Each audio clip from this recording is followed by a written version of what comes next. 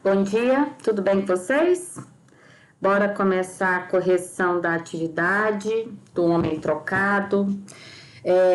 Vamos lá, vamos retomar a última aula. Eu falei para vocês que crônica é um tipo textual narrativo que nasce da vida em observação e que ele é mais leve, ele é menos formal, ele é mais informal, né? E vamos retomar o enredo da crônica. O assunto é o personagem Lírio, que tem uma série de enganos na vida dele, né? Primeiro ele é trocado na maternidade, depois troca o nome dele, depois ele troca o nome dele no vestibular, ele paga contas altíssimas de telefone sem mesmo ter telefone, a mulher dele troca ele por outro cara e ele, por fim, para coroar, ele é trocado no hospital, ele vai fazer uma cirurgia e acabam fazendo outra completamente diferente, né? Bom, é um texto de humor, por isso tem alguns exageros, mas é um texto de humor, porque o cara é muito azarado, né? É azarado na potência máxima. Outra coisa que eu queria falar para vocês. Vocês lembram que eu falei para vocês que o pretérito mais que perfeito era usado pelo Luiz Fernando Veríssimo e que atualmente a gente praticamente não usa esse tempo verbal.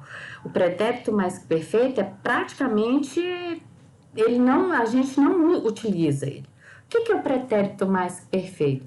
É uma ação no passado que vem depois de uma outra ação que também terminou no passado, tá? Acabou. Bom,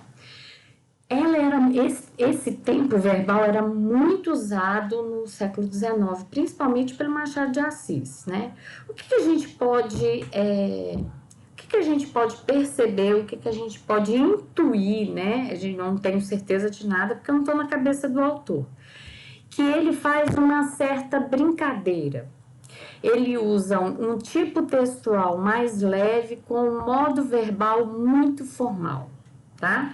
E por que ele consegue fazer isso? Porque ele conhece muito bem a língua. Ele conhece muito bem, então ele pode fazer esse tipo de brincadeira, tá bom? Bora lá.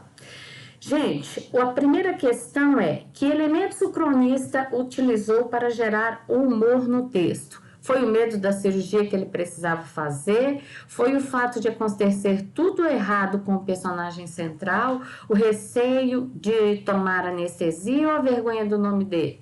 O fato de acontecer tudo errado com o personagem central, né? Como eu elenquei, como eu enumerei para vocês, são muitos enganos que acontecem na vida do pobre do Lírio. Gente, justifique o título do texto. Vamos lá, o homem trocado. Já falei para vocês. Primeiro, ele é trocado na maternidade, é criado por casal de orientais, não tendo o olho puxado. Depois, o nome dele é trocado. O nome dele vai registrar o nome de Lívio e o cartório se engana, registra Lírio. Depois, ele passa no vestibular e não consegue entrar na faculdade porque o nome dele é trocado. Depois ele conhece a mulher dele por engano e ela o troca por outro também mais para frente. Ele paga contas altíssimas de telefone sem ter telefone e ele vai fazer uma cirurgia e a cirurgia também é trocada, tá? 3. Observe a fala do médico. O senhor está desenganado. Qual o sentido da palavra desenganado, gente? Quando o médico fala para você, quando você ouve falar, o fulano está desenganado, o que você entende? Que não tem mais tratamento, que não tem mais salvação para ele, não é isso? Então, qual que é? Que ele estava curado, que ele não precisava realizar a cirurgia, que não havia mais salvação, que o paciente estava prestes a morrer ou que ele estava muito nervoso? Qual que é, gente? Que não havia mais salvação, que o paciente estava prestes a morrer. 4. O narrador fica apreensivo com esse diagnóstico? O narrador não fica apreensivo com esse diagnóstico porque ele sabe que sempre acontecem enganos com ele, então certamente ele não estaria desenganado, porque sua vida era muito organizada em todos os sentidos, porque ele sabia que ninguém poderia enganá-lo, porque tudo que ele fazia dava certo. A primeira, porque ele sabia que sempre acontecem enganos com ele, então certamente ele não estaria desenganado. Comente no contexto por que o uso da palavra desenganado gera humor. Por que ele não acreditou que ele estava desenganado, gente? Porque ele viu a palavra engano. O des é negação. Então, se des é negação, quer dizer que se a gente tirar esse des, a gente vai ver a palavra engano. Então, mostra que quem estava enganado nessa hora aí era o médico. E era um dos primeiros enganos que iam favorecer o Lírio, né? Por isso que ela é até engraçada. Na frase, fizeram vestibular com sucesso, mas não conseguiram entrar na universidade. A palavra em destaque introduz a palavra em destaque é o mas. Gente, o mas é sempre prefixo de oposição, tá? Você vai negar o que você disse anteriormente. A mãezinha chega lá na escola, nossa, seu filho é tão bom, mas conversa demais, mas não está fazendo a tarefa, né? Então, é prefixo ela quer dizer o quê? Oposição. No texto, houve uma troca de bebês no berçário e ele foi criado até os 10 anos por um casal de orientais. A palavra em destaque se refere, a palavra em destaque é o ele, tá? Ele, quem que foi trocado no berçário, gente? É só fazer essa pergunta. O personagem, Lírio. Bom, agora nós vamos passar para o discurso direto e indireto. Gente, vocês lembram que eu falei para vocês que eu ia falar o que era discurso direto e indireto? É o seguinte, o discurso direto, ele é o narrador dando voz ao personagem que vai falar o que ele está sentindo, o que ele quer. É a transcrição por parte do próprio personagem do discurso dele dentro de um texto narrativo, tá? Ó, um exemplo, a aluna afirmou, preciso estudar muito para o teste. Lembrando, gente, que o narrador fez uma introdução da fala do personagem. A gente tem um segmento a ser feito aí, ó. Tem a fala do narrador, os 2 pontos, o uso do travessão, para que a gente saiba quem está falando. Então, o discurso direto consiste em o narrador dar voz ao personagem, certo? Quem vai falar é o personagem e não o narrador, tá? E o que é discurso indireto?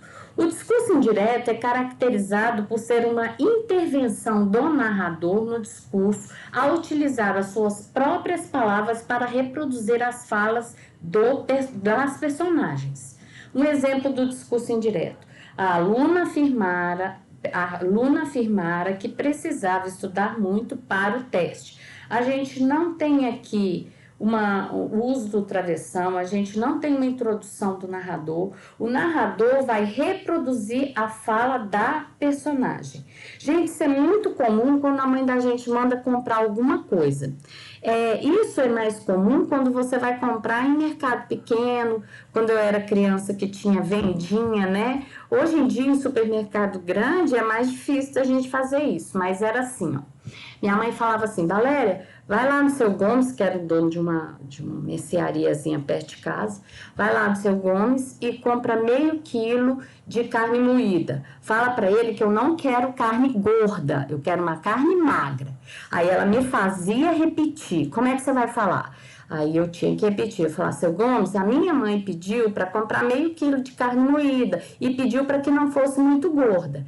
O discurso indireto é a mesma coisa. Eu reproduzi a fala da minha mãe para o dono da mercearia. O discurso indireto ele vai fazer a mesma coisa, só que quem vai se apropriar da fala de alguém aí é o narrador que vai reproduzir, que vai se apropriar da fala da personagem e vai nos mostrar o que o personagem está sentindo ou está querendo, tá? Gente, vamos lá para as características Características do discurso direto e do discurso indireto. O discurso direto é introduzido por um verbo de elocução. Por exemplo, falou, deixou, pegou. É um verbo que pede uma explicação, tá? O que ele falou, o que ele deixou. Isso que é verbo de elocução.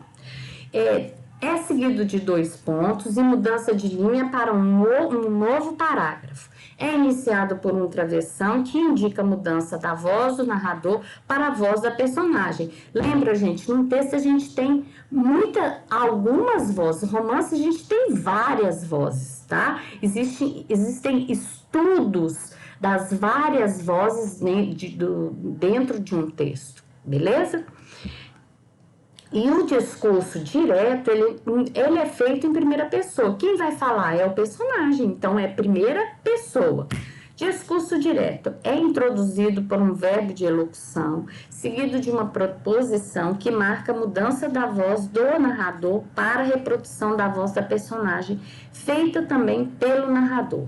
É construído na mesma frase, não havendo mudança de linha ou de parágrafo. É feito na terceira pessoa do discurso. Ele, ela, eles, elas. Ele falou que não virá para a aula hoje, tá? É como se eu estivesse dando recado. Eu estivesse fazendo uso de um porta-voz, tá? Gente, aqui é o texto. E eu vou explicar a tarefinha para vocês. A tarefa dessa semana, a tarefa que vocês vão fazer agora, vocês vão ter que explicar o que os enganos causaram na vida do personagem. Por exemplo, a troca da maternidade. Ele foi trocado na maternidade e por isso aconteceu o quê? Ele foi criado por um casal de orientais, beleza? E lá tem as várias vezes que vocês têm que colocar isso aí. Depois, vocês vão dizer que tipo textual é esse, que tipo de narrador. Gente, lembrando que esse texto é só de fala, o Luiz Fernando Veríssimo também faz muito isso.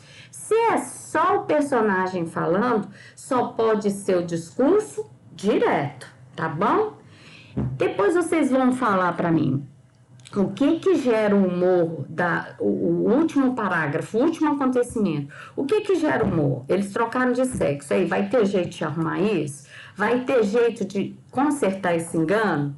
Eu quero que vocês me respondam. E, para finalizar, eu queria que vocês escrevessem um texto, uma crônica, sobre um acontecimento da vida de vocês. Pode ser um acontecimento banal, uma coisa boba. Você estava brincando com seu irmão, de repente você foi brincar de lutinha com seu irmão, você deu um soco no seu irmão e ele engoliu o fôlego, você achou que ele ia morrer, você ficou desesperado.